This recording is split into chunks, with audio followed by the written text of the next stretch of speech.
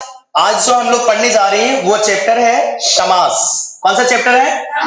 समास। चलिए, सबसे पहले समास को जानने से पहले हम लोग जानते हैं कि समास है क्या। उसके पहले हम लोगों को पद के बारे में जानना होगा। जैसे देखते हैं बच्चों, समास का परिभाषा जो होता है कहता है कि दो पदों के मेल से बने होते हैं। समास जो होते हैं वो दो पद के मेल से बने होते हैं। कितने पद के मेल से बने होते हैं? दो पद के मेल से। जैसे कहने का मतलब है बाबू कि तुम लोग को लगता होगा कि सर दू तो हम लोग जानते हैं कि एक दू एगो नंबर होता है, लेकिन पद का होता है सर। तो भाई बच्चा छोटे को रहता है तो देखते होंगे आप लोग, जैसे कि कभी कभी तो बोलते सर कोई कुछ कर दिया, यानी वो वाला नहीं, ये दूसरी चीज है, ये पद नहीं है, पद है। ये क्या है? पद है।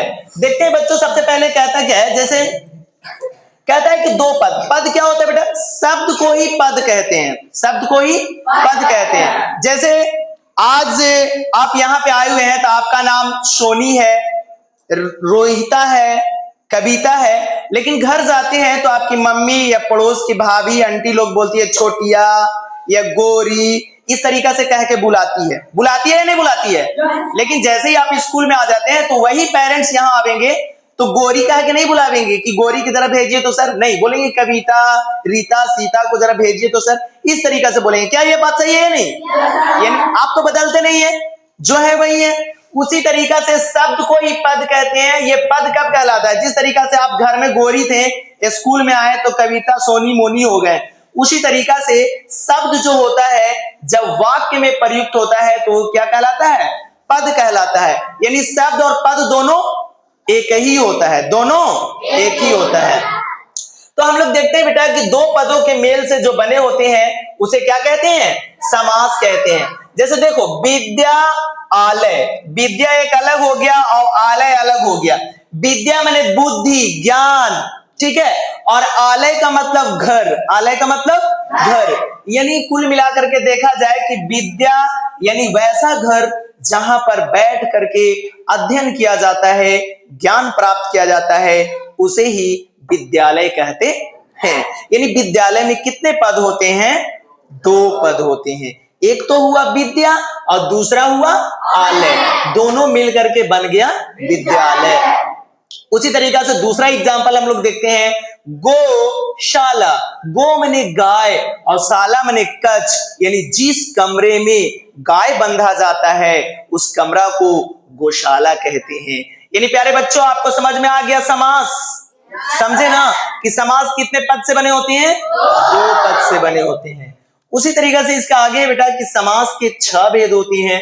पहला का नाम है अव्ययी भाव समास। पहला का नाम क्या है? अव्ययी भाव समास। जिस समास का पूर्व पद अव्यय हो। देखो बेटा, समास में पूर्व पद और एक अंतिम पद, समास के दो पद होता है ना, तो आगे वाला के नाम है पूर्व पद, आगे वाला के नाम है पूर्व पद, और पीछे वाला के नाम है अंतिम पद। पीछे वाला के नाम क्या है? अंतिम पद। यानी कहता है कि जिस समास का पूर्व पद यानी पहला पद प्रधान होता है जिस समास का पूर्व पद अव्यय होता है उसे अव्ययी भाव समास कहते हैं। जैसे यथाशक्ति, यानी शक्ति के अनुसार। देखिए इसमें शक्ति यानी पावर। आपके पास कितना पावर है? 20 किलो उठाने का, 50 किलो उठाने का, यानी शक्ति। उसके पहले क्या? शक्ति के पहले क्या जुड़ गया? यथा, यानी यथा शक्ति। दो हुआ, यानी जिसका पहला पद अव्यय हो तो इसमें अव्यय जो हो गया यथा हो गया। अव्यय क्या हो गया? यथा हो गया। तब ये बना यथा शक्ति। जैसे बेकाम, यानी काम तो काम होता है, लेकिन उसके पहले क्या लग गया? बे, यानी बिना काम के। कभी कभी होता है ना कि आप बिना मतलब के घूमते रहते हैं, कोई काम नहीं रहता फिर भी आप किसी के घर चले जाते हैं, तो वहां से पूछती है आंटी कि कोई काम है बूची? तो नहीं, ऐसा ही आए हैं घूमने के लिए। यानी बेकाम, बिना काम के। तो बे अलग हो गया और काम अलग हो गया, यानी बे जो हो गया वो पूर्व पद हो गया, यानी बे जो हो गया वो अव्यय हो गया। अब है प्रतिदिन। दिन तो दिन होता ही है, लेकिन उसके पहले क्या लगा हुआ है? प्रति, यानी पहला यानी पूर्व। पहला यानी पूर्व, यानी प्रति हो गया अव्यय, प्रति क्या हो गया अव्यय। चलिए आगे है द्वंद्व समास। जिस समास का दोनों पद प्रधान हो, पूर्व पद भी प्रधान हो और अंतिम पद भी प्रधान हो, तो उसे हम कहेंगे द्वंद्व समास। जैसे माता पिता, माता भी प्रधान है और पिता भी प्रधान है, यहां वहां, यहां भी प्रधान है और वहां भी प्रधान है, भाई बहन, भाई भी प्रधान है और बहन भी प्रधान है। यानी जिस समास का दोनों पद प्रधान होता है उसे द्वंद्व समास कहते हैं।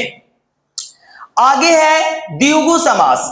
द्विगु, जिस समास का पूर्व पद संख्यावाचक हो, पूर्व माने पहला, पूर्व माने पहला, जिस समास का पहला पद संख्यावाचक हो उसे द्विगु समास कहते हैं। जैसे चौराहा, चौराहा, चौ माने चार, चौ माने चार, यानी और राहा माने राह, यानी जहां पर चार रास्ता आकर के मिलता है एक जगह पर उसको बोलते हैं चौराहा। तो इसमें दो गो पद हो गया, पहला पद चौ हो गया और दूसरा पद राहा हो गया, यानी चौ माने चार, यानी जिस समास का पूर्व यानी पहला संख्या, तो चार संख्या है। हाँ, त्रिलोकी, त्रि माने तीन, त्रि माने तीन और लोकी माने लोक, यानी जो तीनों लोक यानी त्रिलोक। आगे है नवरात्रि, यानी नव अलग और रात्रि अलग, यानी नव माने नौ, नव माने नौ, यानी 9 रात का समारोह, जहां 9 रात मिलता है उसको बोलते हैं नवरात। क्या बोलते हैं? नवरात। यानी सबके पहला क्या हो गया? संख्या हो गया, सबके पहला पद क्या हो गया? संख्या हो गया।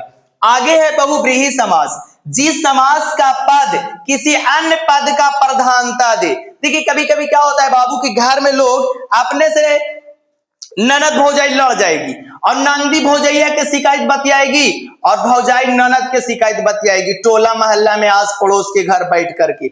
लेकिन घर का लड़ाई कभी बाहर नहीं जाने देना चाहिए, क्योंकि बेटा देखो परिवार एक बर्तन के समान होता है। जैसे बर्तन ढन ढूंढ करता है बेटा, तो बर्तन हम फेंक देंगे तो फिर हम खाना किस चीज में बनाएंगे, खाना किस चीज में खाएंगे, मैगी कोची से खाएंगे, पानी काची से पिएंगे, दिक्कत होगा ना। इसलिए बर्तन अगर ढन ढूंढ करता है तो उसे हमें किचन में सरिया करके रखना चाहिए। परिवार में उसी तरीका से अनबन होता है, लड़ाई झगड़ा होता है, तो हमें समझाना चाहिए। अगर आपकी गलती है तो आपको शांत हो जाना चाहिए, अगर कोई ज्यादा बोल रहा है तो आप कम बोलिएगा, मामला सलट जाएगा, झगड़ा खत्म हो जाएगा।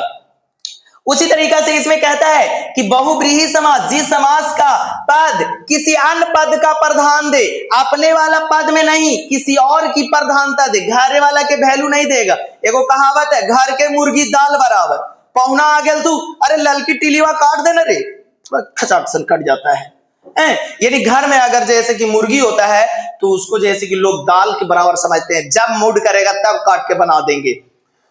यानी जो अपने घर वाला के वैल्यू ना दे करके बाहर वाला के वैल्यू देता है, बाहरी पद को वैल्यू देता है, वो होता है बहुव्रीहि समास। जैसे दशानन, 10 है आनन जिसके, यानी अर्थात रावण, 10 मुड़ी वाला कौन है? रावण है। फिर है चक्रपाणि, चक्र है हाथ में जिसके, अर्थात विष्णु भगवान के हाथ में चक्र है। यानी इसमें ना तो पहला पद प्रधान हो रहा है और नहीं तो अंतिम पद प्रधान हो रहा है। प्रधान हो रहा है तो बाहर से प्रधान हो रहा है। चक्रपाणि, ना तो चक्र प्रधान है और ना तो पानी मने हाथ, पानी मने हाथ, ना तो चक्र प्रधान है ना हाथ, अर्थात विष्णु, यानी जो पद के बाहर से प्रधान होता है उसे बहुव्रीहि समास कहते हैं। अब है पांचवा कर्मधारय समास। जिस समास के पूर्व पद विशेषण विशेष से हो उसे कर्मधारय समास कहते हैं। जैसे नील गाय, यानी नीला गाय, यानी गाय कैसी है? नीला है। गाय कैसी है? नीला है। यानी इसमें विशेषण हो गया नीला, इसमें विशेषण हो गया नीला। प्रिय सखा, यानी सखा माने भाई, मित्र, दोस्त, यानी आपका कोई एक फेवरेट दोस्त होगा जिकरा आप सब बात बताते होंगे। अरे का बतावे, रात खा के सूते और एकदम जैसे कि अकबकाए लगे एकदम, ज्यादा ठूस लीजिएगा तक बकाइएगा नहीं। रात के अल्प आहार करना चाहिए, कम भोजन करके सोना चाहिए रात को। यानी कुछ ऐसे दोस्त होते हैं, कुछ ऐसे खास व्यक्ति होते हैं, उसको बोलते हैं प्रिय सखा, अर्थात सखा माने दोस्त। और कैसा दोस्त? एकदम प्रिय दोस्त। तब प्रिय हो गया विशेषण। पीतांबर, पित्त जोड़ आंबर, यानी पित्त माने पीला और अंबर माने वस्त्र, कपड़ा। यानी वो कपड़ा, कपड़ा एक संज्ञा हुआ, उसका विशेषता हुआ पीला, उसका विशेषता हुआ पीला, यानी पीला वस्त्र। कैसा वस्त्र? पीला वस्त्र। यानी हो गया उसमें पीला हो गया विशेषण, और आंबर माने कपड़ा, यानी ये हो गया कर्मधारय समास। आगे हम लोग देखते हैं नंबर 6 का तत्पुरुष समास। कौन सा समास? जिस समास का अंतिम पद प्रधान हो। समास के दो पद, एगो पूर्व पद और दूसरा अंतिम पद। अंतिम माने लास्ट वाला, अंतिम माने लास्ट वाला। यानी कहता है बेटा कि जिस समास का अंतिम पद प्रधान हो उसे तत्पुरुष समास कहते हैं। जैसे स्वर्ग प्राप्त, स्वर्ग प्राप्त, यानी स्वर्ग एक पद हुआ और प्राप्त एक पद हुआ, यानी इसमें प्रधान हुआ प्राप्त, प्रधान हुआ प्राप्त। चिड़ी मार, चिड़िया को मारने वाला, यानी मारने वाला प्रधान हुआ, चिड़िया तो है ही है। रसोई घर, यानी इसमें घर प्रधान हुआ, यानी खाना बनाने वाला घर को कहते हैं रसोई घर। नोट हम याद रखेंगे, तत्पुरुष समास के 6 भेद होते हैं। जैसे आपने कारक चिन्ह में 8 गो चिन्ह पढ़ा होगा। कर्ता ने कर्म को करण से, संप्रदान के लिए आपादान से, संबंध काके की, अधिकरण में पर, संबोधन हे हो अजी अरे। उसमें से पहला और 8वां छोड़ देना है, यानी पहला और 8वां छोड़ देना है, बाकी 6 गो बचा ना, वो तत्पुरुष समास का भेद होता है। जैसे स्वर्ग प्राप्त, यानी स्वर्ग को प्राप्त करने वाला, स्वर्ग को प्राप्त करने वाला, अर्थात कर्ता ने कर्म को, दूसरा आया ना,